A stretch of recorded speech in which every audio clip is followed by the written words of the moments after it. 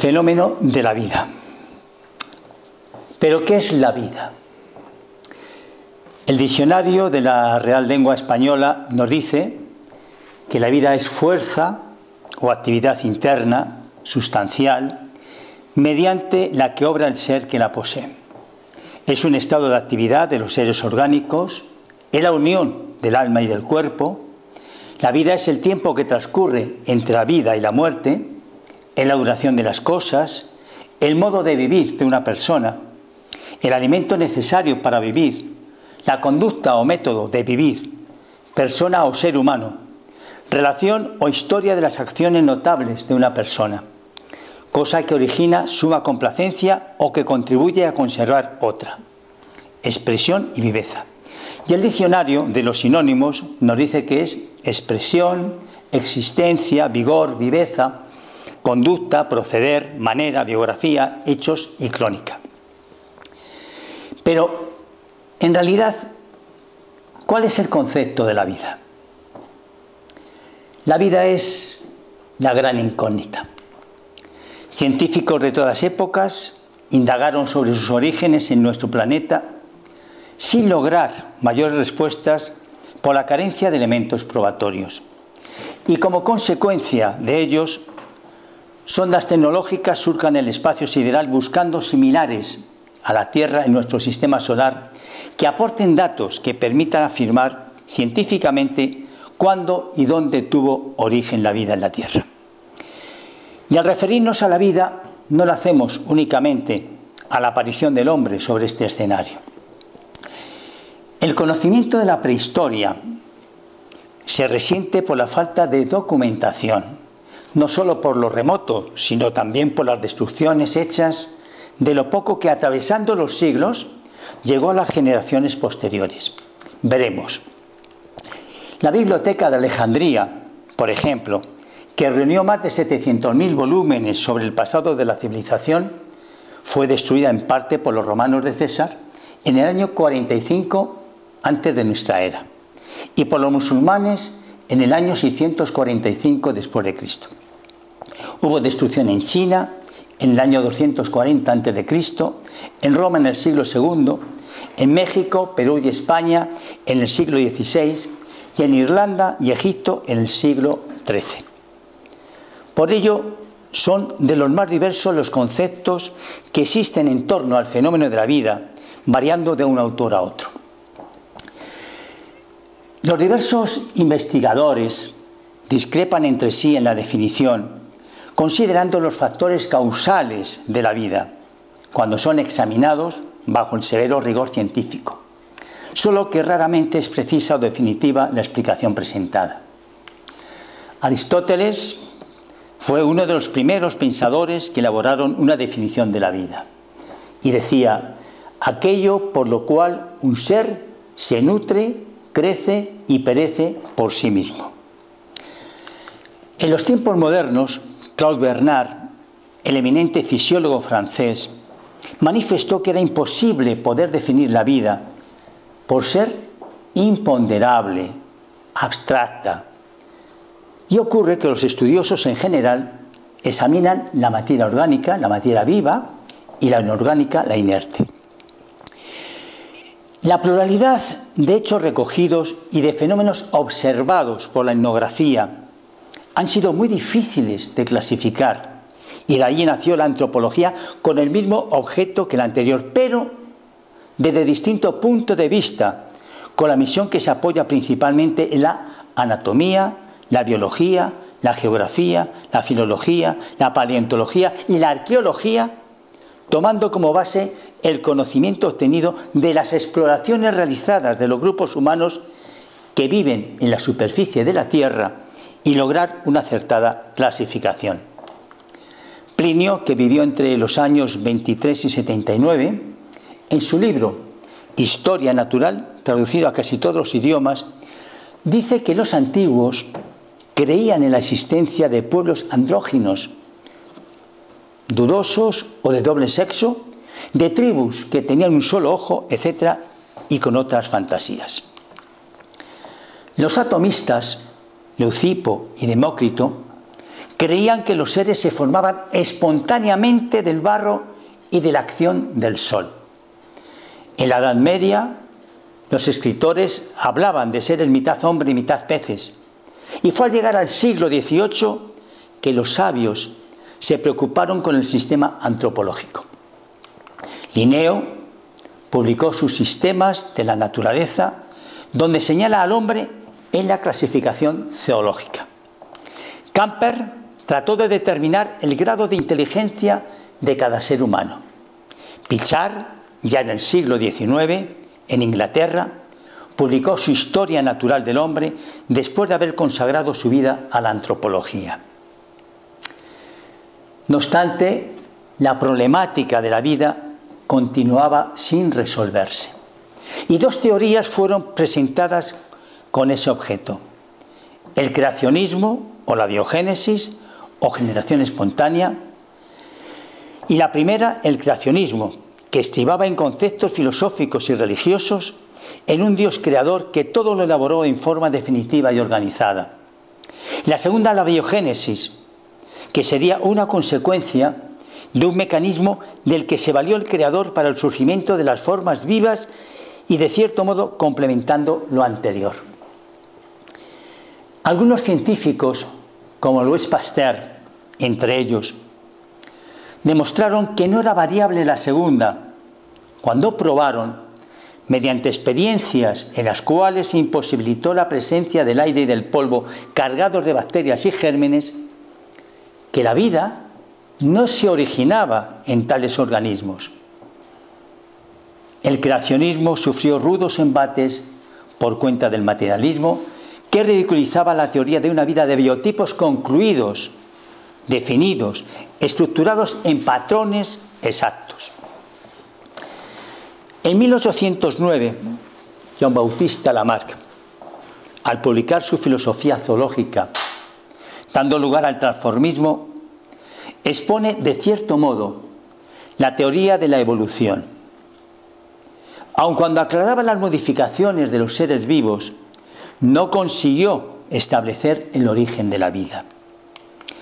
En 1859, Broca, considerado uno de los jefes de la antropología moderna, fundó en París la Sociedad de Antropología, y en ese mismo año Darwin, que vivió entre 1809 y 1882, publica El origen de las especies, después de 25 años de preparación, obra esta que abrió una gran expectativa en el conocimiento científico.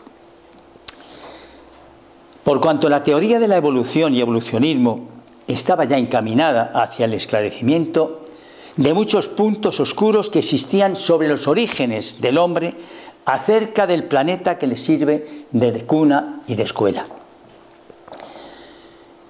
Entre Lamarck y su obra ya citada, ya que era el fundador de las teorías de la generación espontánea y del transformismo, y Darwin con su concepto del evolucionismo, surge en 1857 el pensamiento del gran pedagogo francés Allan Kardec como intérprete del conocimiento de los espíritus, para informar que en el proceso de la evolución anímica o espiritual se encuentra encerrada la clave del misterio de la vida. En la pregunta número 23 del capítulo 2 del Libro de los Espíritus, indaga Kardec: ¿qué es el espíritu? Y le responden: el principio inteligente del universo. Entendemos aquí por espíritu al principio de la inteligencia, haciendo abstracción de las individualidades designadas con ese nombre. Y la pregunta número 33 dice: ¿la misma materia elemental es susceptible de recibir todas las modificaciones y de adquirir todas las propiedades? Y la respuesta es categórica: sí. Y eso es lo que debe entenderse cuando decimos que todo está en todo, que todo está en todo. Kardec nos informa también que el espíritu es creado simple pero ignorante, y nos orienta al respecto en el Libro de los Espíritus sobre los 3 reinos de la naturaleza, pudiendo de esa forma concebir la idea de la evolución anímica. Estaba preparada así en parte esencialmente científica del espiritismo y demostrada después con mayor amplitud en la Génesis. A continuación hemos preparado unos cuadros demostrativos que nos permitirá seguir este proceso. Los tres reinos de la naturaleza: el reino mineral, las piedras; el vegetal, las plantas; y el animal, racional e irracional. Comenzamos por el mineral. El reino mineral posee la materia inerte y solo tiene en sí fuerza mecánica. Duerme en estado de lactancia o inactividad. Ausencia de vida, de conciencia y de instinto. Seres brutos, inorgánicos, a pesar y por su belleza, estamos viendo, se ve perfectamente la presencia de la sabiduría divina.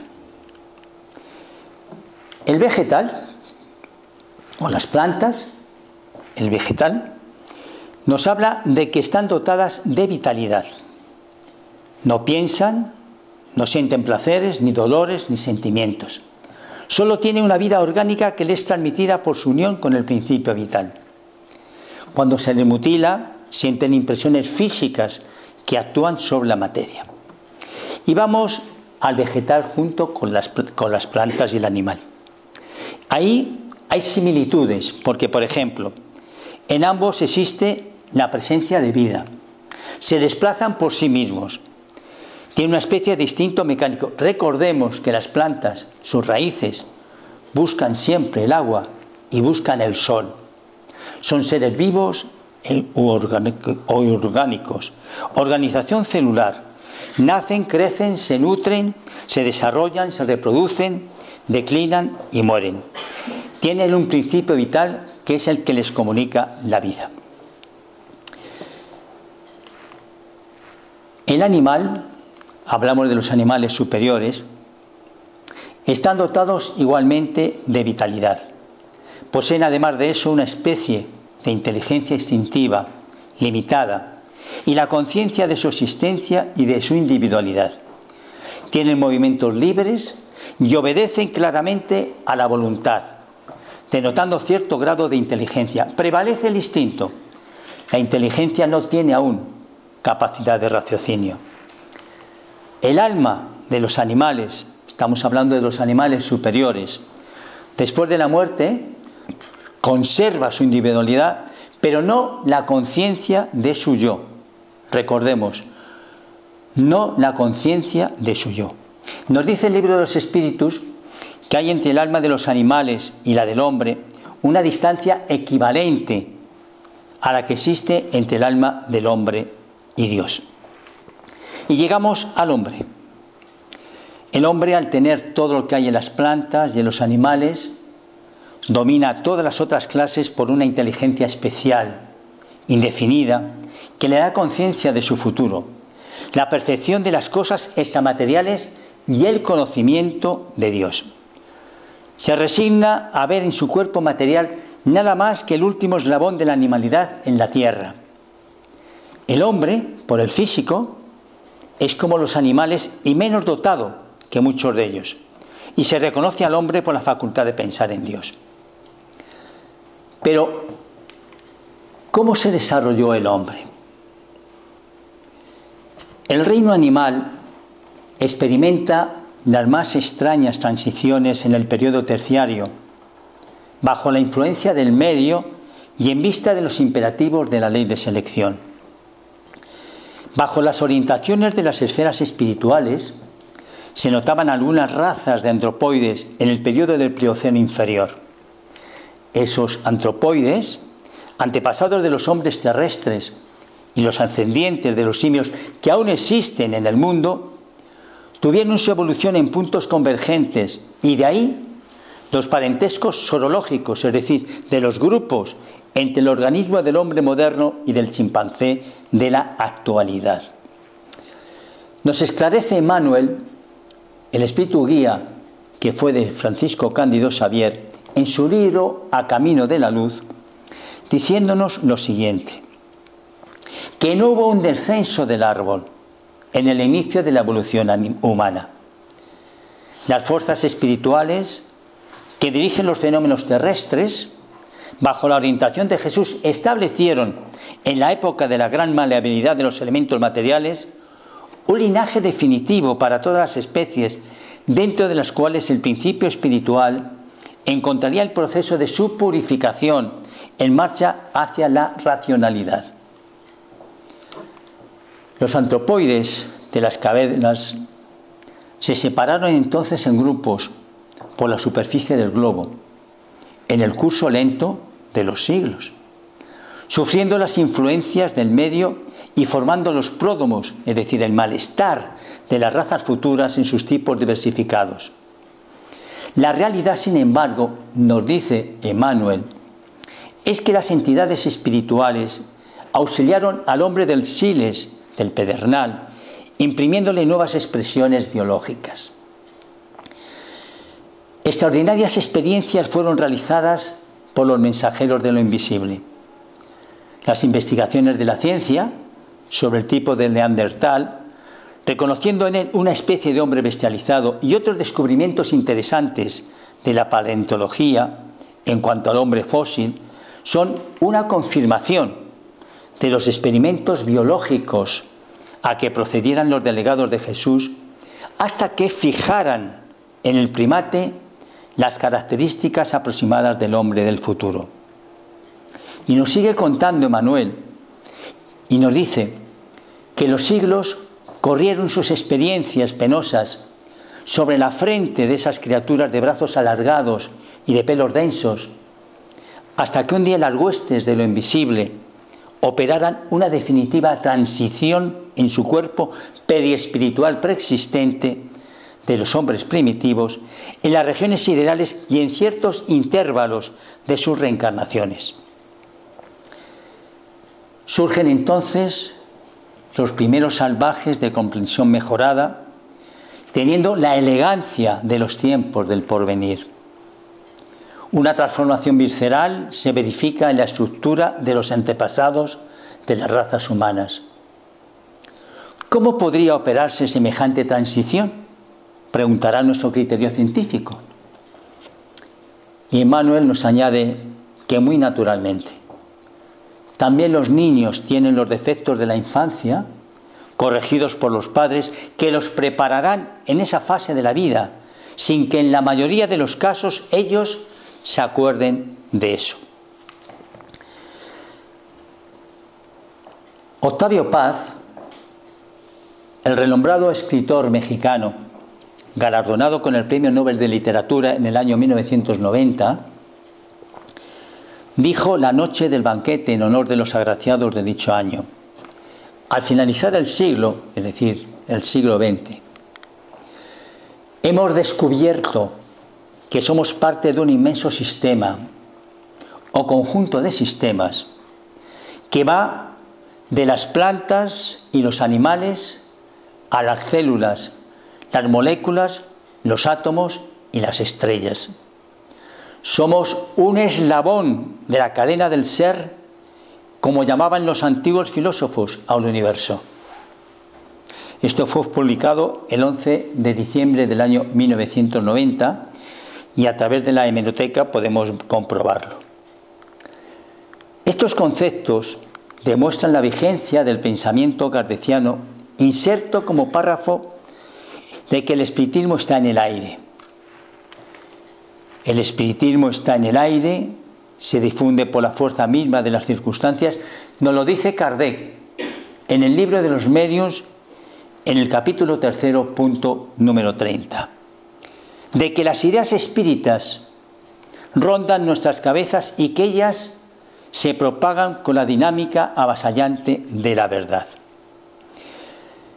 Con todo, vemos que el Premio Nobel de Literatura dice, al finalizar el siglo, hemos descubierto que somos parte de un inmenso sistema, cuando en realidad, y en honor a la verdad histórica, ya Kardec, con la aparición del Libro de los Espíritus en 1857, Darwin, con la publicación del Origen de las Especies en 1859, y Alfred Russel Wallace, coautor de la teoría de la selección natural, presentaron el 1 de julio de 1858 a la Asamblea de la Linnean Society, un trabajo documentado al respecto de estas concepciones evolucionistas que fueron precursoras, aunque no todas ellas en el mismo grado, puesto que Darwin y Alfred Russel Wallace en ese tiempo no vieron más que el elaboramiento material, desconociendo el espiritual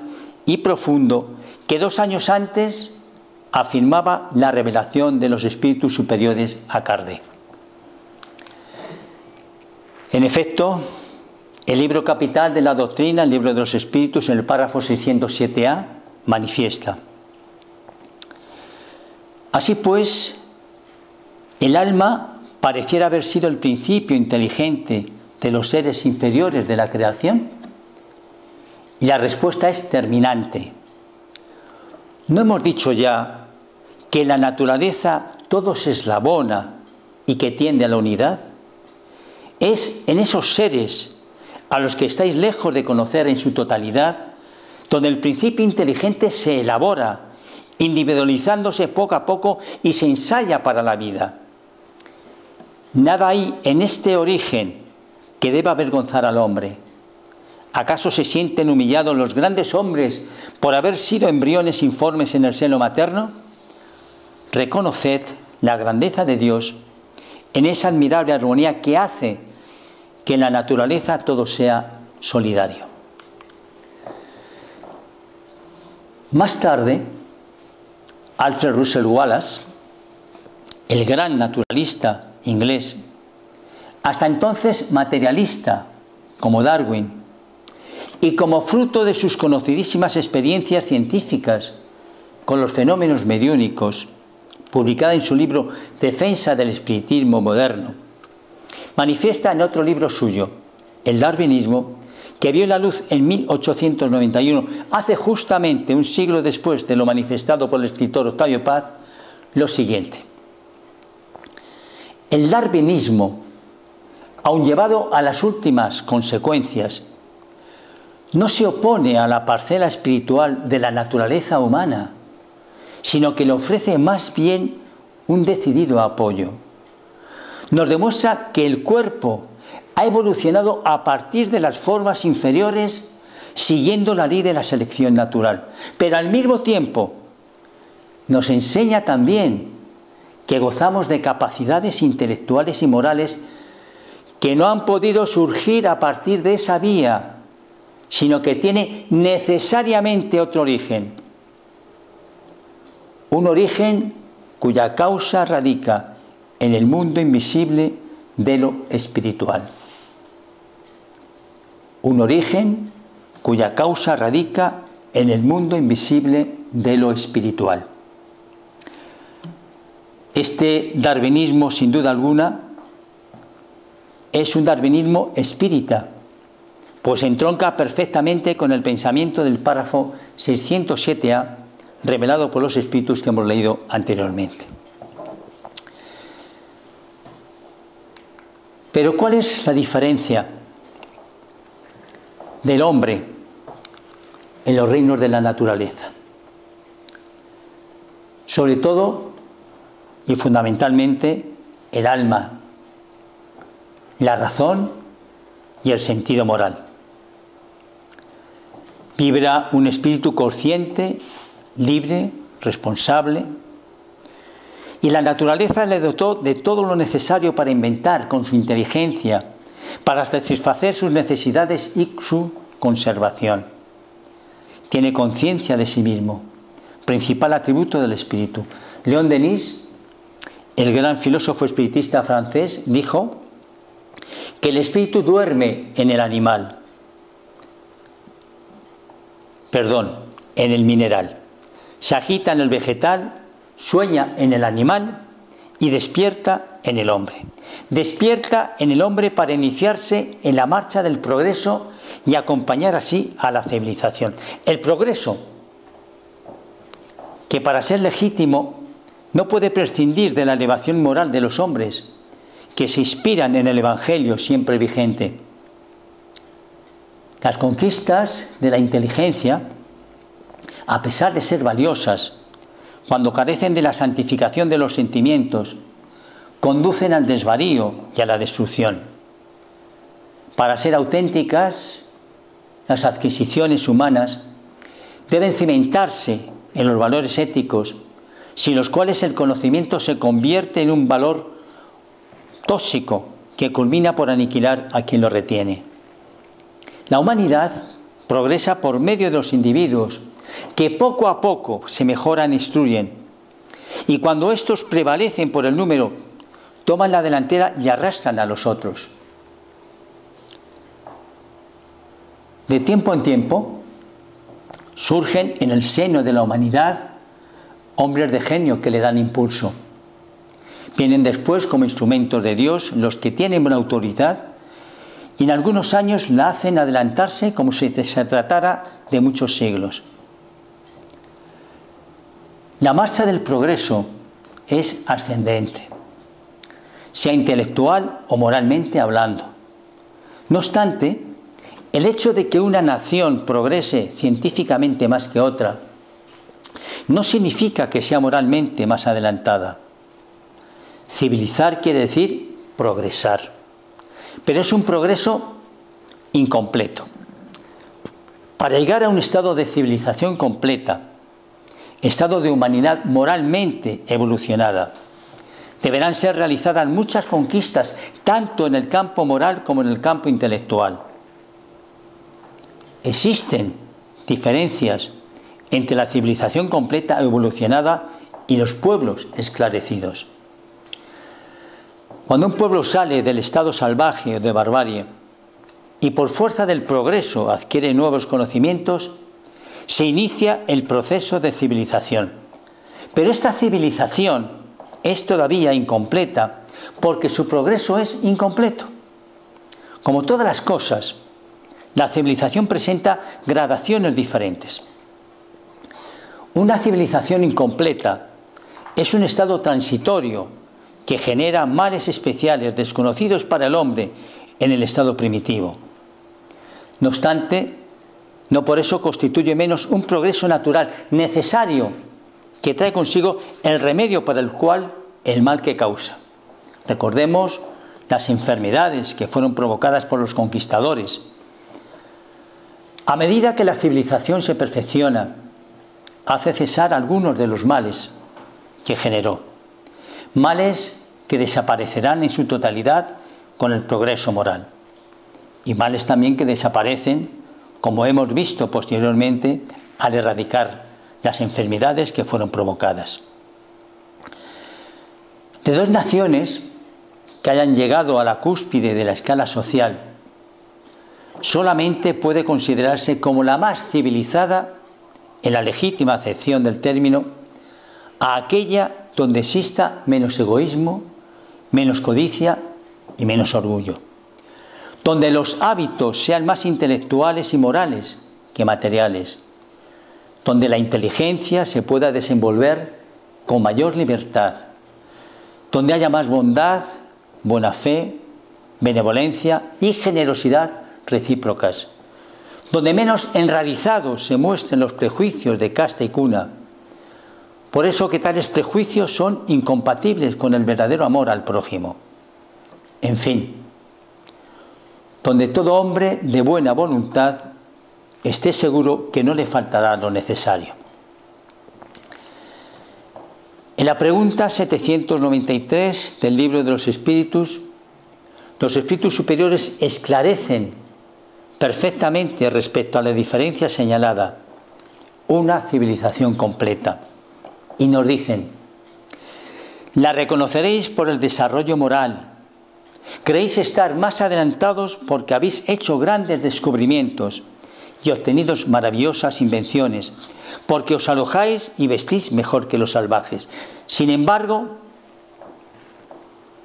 no tendréis el verdadero derecho a llamaros civilizados, sino cuando hayáis desterrado de vuestras sociedades a los vicios que la deshonran, y cuando viváis como hermanos practicando la caridad cristiana. Hasta entonces seréis solamente pueblos esclarecidos que han recorrido la primera fase de la civilización. Cuanto menos evolucionada fuera una sociedad, más rígidas son sus leyes. Una sociedad depravada seguramente precisa leyes severas. Y lamentablemente esas leyes están destinadas más a castigar el mal después de hecho que a eliminar su fuente de origen.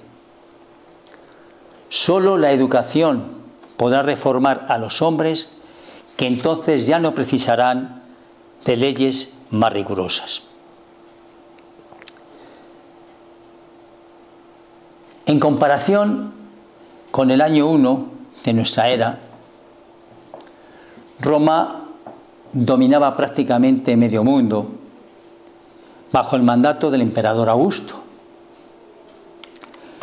En Roma, los ladrones y criminales eran enviados a luchar al circo romano para distraer a la gente gratuitamente, y muchos eran destrozados por las fieras. Los gladiadores luchaban con el rostro cubierto, con el fin de no reconocerse entre ellos mismos, porque a veces eran compañeros, amigos, familiares. Y años más tarde, los cristianos fueron conducidos a la misma situación para poder distraer al pueblo romano. Mientras tanto, y dentro del ambiente oficial que tenían el favor de Augusto, el reinado más largo de la historia romana, los historiadores nos cuentan que aquellos que se enamoraban de mujeres eran mal vistos. En cierta ocasión, un senador, por abrazar a su esposa en público, fue destituido de su cargo. Nos cuentan también los historiadores que aquellos niños o niñas que nacían enfermos eran arrojados al vertedero. Eso sí, debían consultar hasta 5 veces a sus vecinos para que esta decisión tuviese su conformidad. Y también del vertedero eran retirados esas criaturas por matrimonios que no podían tener hijos.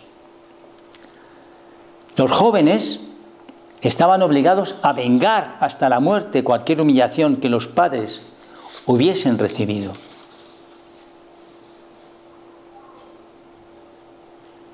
¿Qué situaciones se vivían entonces, verdad?